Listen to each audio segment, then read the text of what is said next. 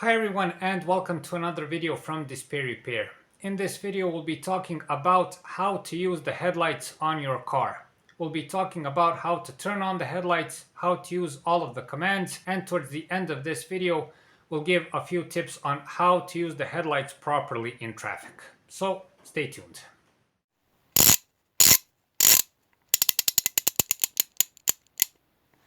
DisplayRepair.com. Be sure to visit us at our website DisplayRepair.com, where you can find more useful car and driving tips. Now we'll first talk about how to turn on the lights and to use all of the commands for the position lights, high beams and low beams, fog lights and else. We're showing this example on a Skoda Fabia Mark 1. It's similar on, I think, almost all Volkswagen Group cars, and with many other manufacturers. There is another option which we will show you later on the Renault Clio, where you turn on the lights with the stock for the turn signals. Anyway, this is a good example for showing the basic principle. Now first, to talk about the markings on the switch. This light bulb is the universal sign. I think all of these signs are standardized and same on all vehicles. This is the standard sign for the headlights in general. This 0 here is a sign that the headlights are off. This is the sign for the position lights. This is the sign for the low beams. This command over here is for setting the height of the beams while driving.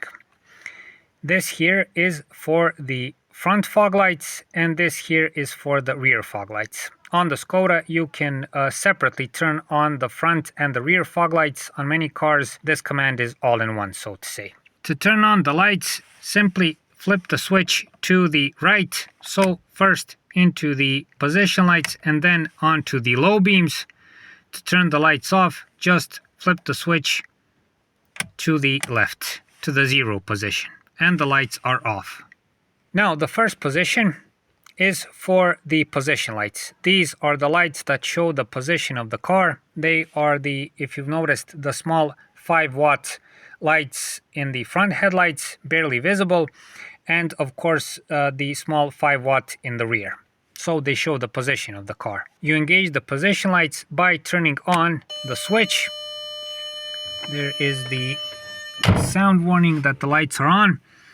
And as you've noticed, I didn't have to turn on the ignition key to engage these lights, so you can turn them on without the ignition key. Now, to turn on the low beams, you have to insert the key. We'll do that right now. You have to insert the key and turn the key to run. And then, after this, you can turn on the low beams like this. And besides that, the dashboard warning light for the low beams will turn on also, and this will, if you don't see the low beams like during daytime, this will tell you that the low beams are on. To turn on the high beams, you have the stock switch here, which can go backwards like this and turn on the high beams, and you can pull it over here to give a high beam signal. So I'm pulling it, and as you can see, there is a high beam signal. So once more, to turn on the high beams, just push the stock switch backwards like this and pull it towards yourself. When someone is coming from the opposite direction, to give a high beam signal, just pull it towards yourself. Now, regarding the fog lights, if you want to turn on the fog lights on the Skoda, you can only do it, that's how the switch is made.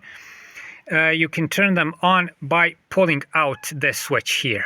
Okay, so you pull it out once and you'll get a signal on the dashboard light where the front fog lights will be engaged. And to turn on the rear fog lights, you pull it out once more and you get the signal for the rear fog lights. Why did Skoda do this? Well, it's one more, I should say, simply clever solution that if you're driving in a queue in traffic, you disengage the rear fog lights so you don't blind the people behind you. Now to turn the lights off, we just push the switch in to turn off the fog lights, and if you want to turn off the lights, then simply turn the switch to the left like this, turn it on to 0, and the lights are off. If you want to regulate the height of the beams, then just turn this little wheel. As you go from 1 to 3, the beams are higher. From 3 to 1, they are lower. This is for regulating the illumination of the dashboard. Now, one more thing that most cars have, and the way of engaging them is mostly the same, is the so-called parking lights. This is also a convenient solution if you're parked somewhere where it is risky. For instance, you've left your car on near a road or some kind of passageway, you left it at night, and you want it to be noticed on time so somebody doesn't hit you. In this case, you don't have to use the light switch at all. You just use the turn signal stock, and you can engage the parking lights either left or right. So if the left side is near the risky road, you turn the turn signal to left, and it will engage only one side of the position lights, in this case the left side. If it's the right, just turn on the right turn signal and it will turn on the right side of the position lights.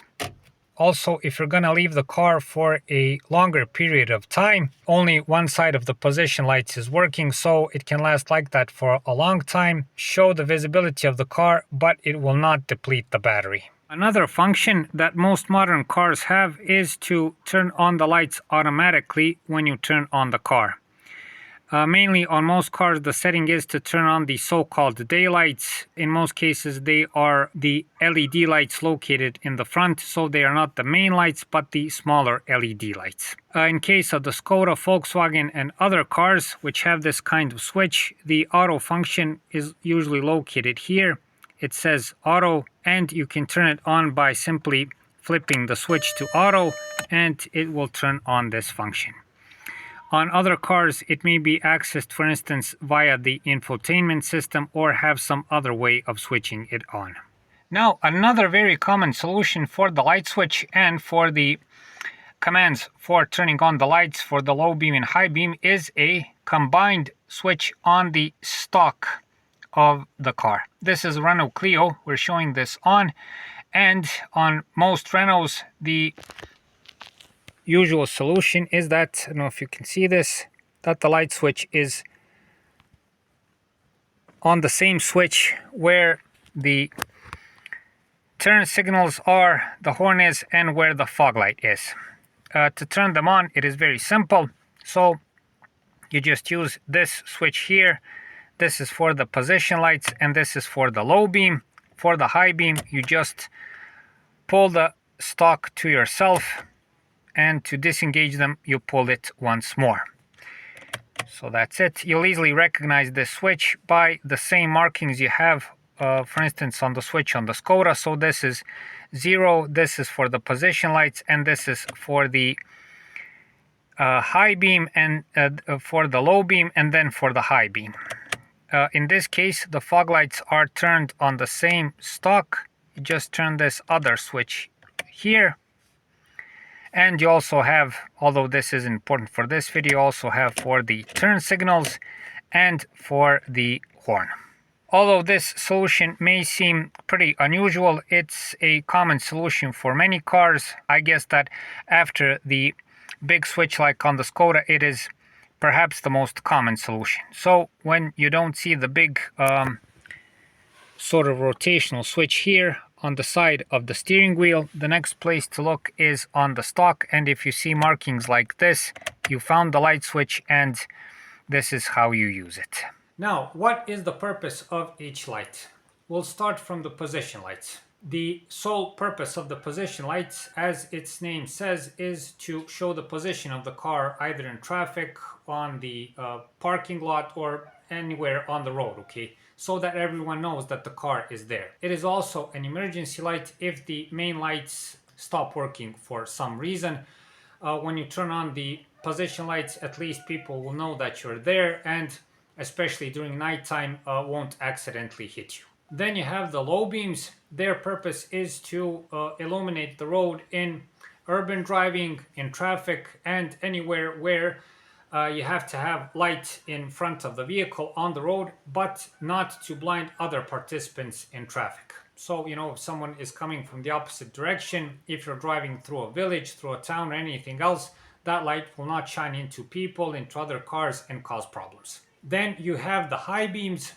The high beams have the purpose of totally illuminating the road. So when you're driving and when you turn on the high beams, they give you much better visibility of the road, of the sides of the road and everything else. And when there's no one coming from the opposite direction during night driving, you should always use the high beams because they give much better visibility. And finally, you have the fog lights. The fog lights have one purpose, and that is to give you better visibility during fog and nothing else. On most cars, these fog lights have a specific lens, so they have a specific spreading of the light sideways from the vehicle, and it's only good to use them during fog. Now for a couple of friendly tips and advice from experience when using the headlights. First of all, always remember to lower the high beams when someone is coming from the opposite direction. If you have problems doing this, like many other even experienced drivers have this problem, then always remember this. You can easily cause an accident by not doing this. What happens when you leave the high beams? Well, the person coming from the opposite direction is blinded for a couple of seconds.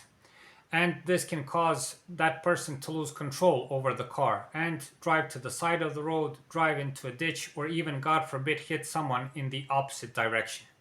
So very dangerous. The moment you see someone coming from the opposite direction, use the low beams. Luckily, in today's modern cars, there are lots of cars that have systems that do this automatically. Next thing you should remember is to never use the high beams when driving in a queue or in a row in traffic, if I've used the right expression in English. When you're behind someone in traffic, use the low beams. If you use the high beams, again, it can flash into the rear view mirror and from the mirror into the eyes of the driver, and this can cause, during night driving, driver's fatigue, and it can blind the driver for a couple of seconds again. So also very dangerous. Another thing you should remember is to turn off the fog lights once the fog is gone. I have seen like hundreds of times that drivers leave the fog lights on or even turn them on so the car, I guess, could look a bit better at night or during the day. In my country, you get a fine for doing that. I think in other countries it's similar. This is because if during nighttime, if you keep the fog lights on, you can blind the person from the opposite direction, especially if the fog lights are a bit stronger, so to say. One more tip I would like to share with you is to use short bursts of high beams when you're driving to get a better illumination of the road temporarily. This sounded a bit complicated, but I think you know what I mean. For instance, you're coming into a curve and you want to see if there is anything on the road, but not risk of temporarily blinding someone from the opposite direction, So you pull the stalk just a bit, see what's going on, and then let the stalk go. Sort of a preview of the situation. One more thing when you're doing this, if you see lights in a curve from the opposite direction coming with high beams, you can pull the stalk and give a high beam signal for that other person to know that you're there, coming from the curve, and that they should lower the high beams. Believe it or not, lots of people get this message and they actually lower the high beam. And finally, when you come home, and you don't have to do this, it's not necessary, but it's a good thing. When you come home and when you want to turn off the lights, pull the stalk for the high beams back into position. Why am I saying this? Well, usually people, when they come home, they turn off the ignition switch, turn off the switch for the light, and go outside. Tomorrow, when they get into the car, and the moment they start the car and turn on the light switch, the high beams are on. And this doesn't matter really if you're in a garage or something like that, but if you're in a parking lot, if your car is facing traffic or something like that, it can blind someone coming from the opposite direction. So, dear viewers, that's it. What can I say? The most important thing is to always think when using the headlights, especially the high beams. Also know that in some countries, like in mine, there is a legal obligation to keep the lights turned on all day, to keep the low beams on all day, and you should know this if you're traveling to another country. If you don't turn on the lights, you can pay a fine and have trouble with the police. So, if you remember it, ask around and see what's the policy in the other states you may be traveling to. So that's it for this time. I hope this video helps.